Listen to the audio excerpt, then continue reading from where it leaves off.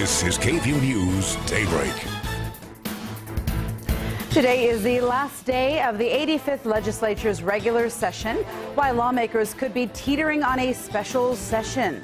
And Uber and Lyft returning to Austin today, and while some are thrilled, others not so much. So what's happening today at the Capitol as the city gears up for their return? President Trump on the record about the new Russia investigation revelations into his son-in-law and advisor Jared Kushner.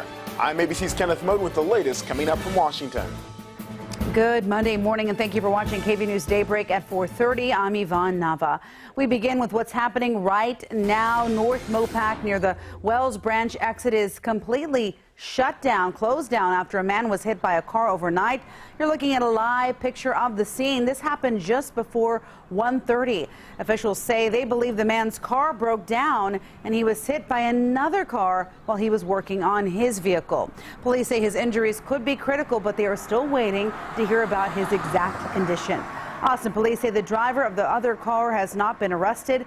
And of course, this could impact your commute if you are planning on traveling this Memorial Day. So let's take a look at the roads now with traffic reporter Ana Reyes. Good morning, and as you just mentioned, this could affect your commute this morning. So what I would advise you to do is to go ahead and take Schofield up to I-35 once rush hour traffic starts happening this morning. So if you're traveling up northbound, you might want to take this exit. APD is diverting traffic to exit at the Wells Branch Parkway, so you could also just ride the feeder up northbound. Yvonne, back to you.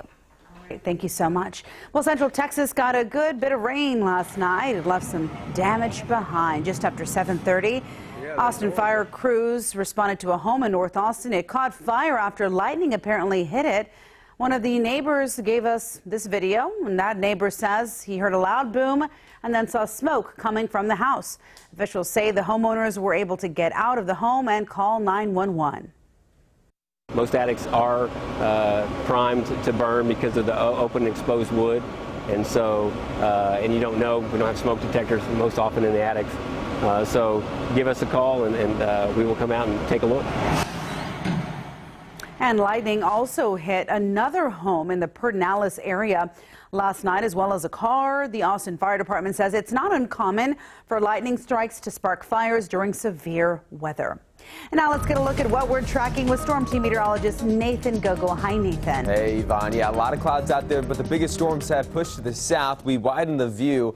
All the big storms off towards South Texas, but that doesn't mean we're done with the rain yet. We have more scattered showers and storms expected for this later part of the morning and for the afternoon. None of them, though, the good news, will be severe. So the severe threat is over. Temperatures have cooled off. Lower 70s at both Bergstrom and at Camp Mabry. Temperatures only going to reach the upper 70s and lower 80s for today because of the cloud cover and some of the rain showers. So that's one of the good news after a scorching last couple days. Temperatures right now range from the 60s up in the hill country to about 70 in the city. 68 though in Lockhart, 70. Good morning to you in Georgetown. Planning our day for today, late morning, early afternoon, even late afternoon, showers and storms will be possible. Again, the severe threat non-existent for today, but still some wet weather to kind of dampen some of those plans outdoors. We're going to be taking a look at that hour-by-hour forecast so you can plan your day in just a few minutes. Yvonne. All right, thanks so much. New overnight, one man is in police custody this morning after a SWAT situation in northeast Austin. Oh boy, it began around 9:30 last night at the Veranda Apartments on North FM 620 near Lake Travis. Police say they received a call about a man threatening family members with a knife inside their home. When officers arrived, they were able to get the family members out safely. But officers say the man barricaded himself inside the apartment complex, so SWAT was called. After about 3 hours, the man eventually surrendered. No injuries were reported. Police are still determining if and what charges will be filed. It is the Texas Senate who is playing games with the health and safety of the people of Texas. With just hours left in Texas's legislative session, state lawmakers are still butting heads over big issues like health care, property taxes, and bathrooms. And this morning, the lieutenant governor says he'll call a special session if lawmakers can't get these things done. However, there was no word out of Governor Abbott's office on whether he was planning to call for a special session. That's a period that could last up to 30 days, with the governor setting the agenda. And this all comes after members of both the House and the Senate got heated yesterday. We watched watched as they accused one another of inaction on Senate Bill 1929. The bill would keep state agencies, including the Texas Medical Board, that were set to expire in existence. I just want to ask the lieutenant one thing. Do you want to continue to jeopardize my constituents, even though they are among the little dogs in this state?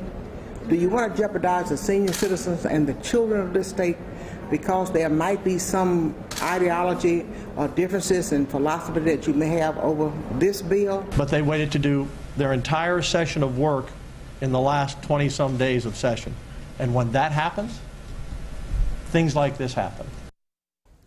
A bill overhauling child protective services is headed to the governor, as is one that targets sexual assaults on college campuses and a reform to voter ID.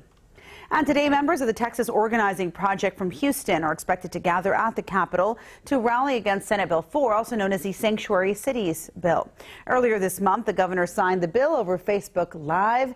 It requires local police agencies to honor ICE detainers. Those detainers are voluntary requests from U.S. Immigration and Customs Enforcement to hold someone in jail while their immigration status is investigated.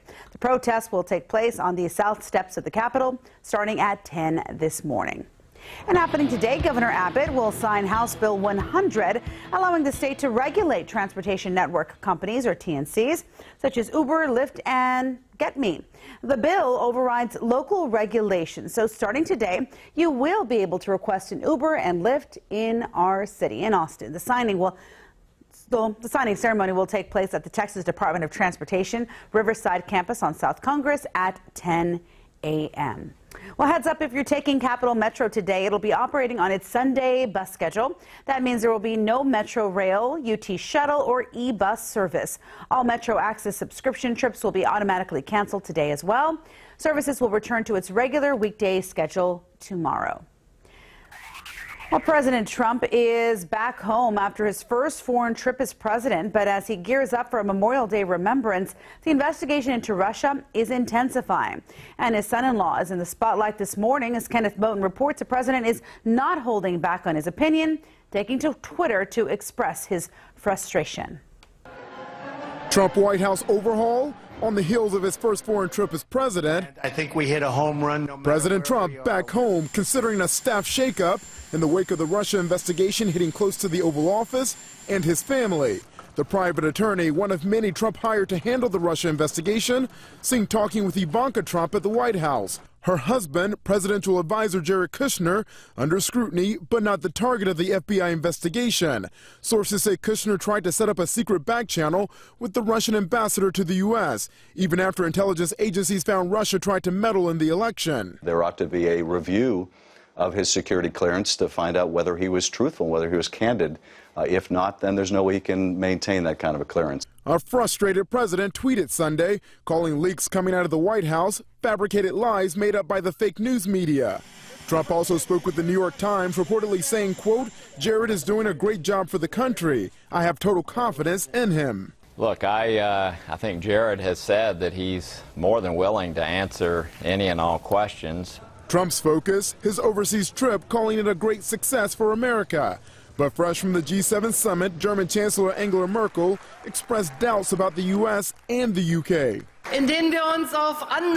telling her country the times when we could completely count on others are over. The chancellor's remarks came after President Trump criticized Germany's trade policies at the G7.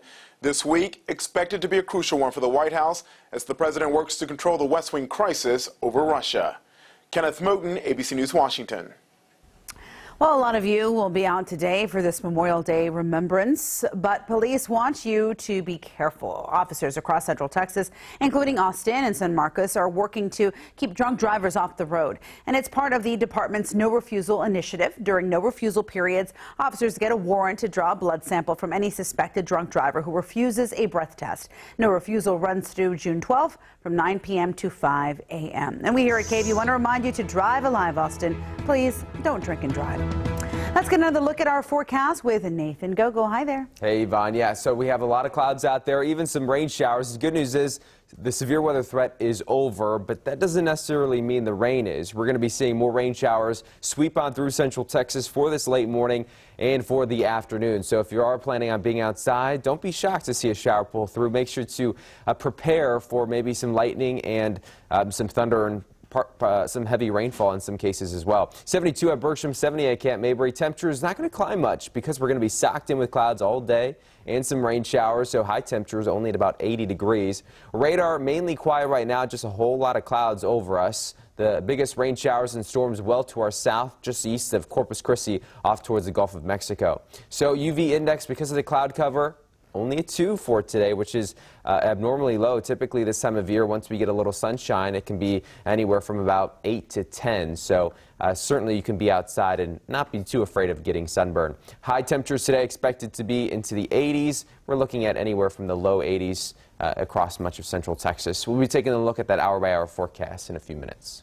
All right, thanks, Nathan. Well, 4:40 is your time, and Austin police are warning residents about a scam targeting elderly citizens. It's been scamming them out of thousands of dollars over the last several weeks. Police say the scammers call pretending to be a relative out of the country. They say they've been arrested and need money for bail in the form of a prepaid gift card. Then they ask the victim for the gift card numbers over the phone.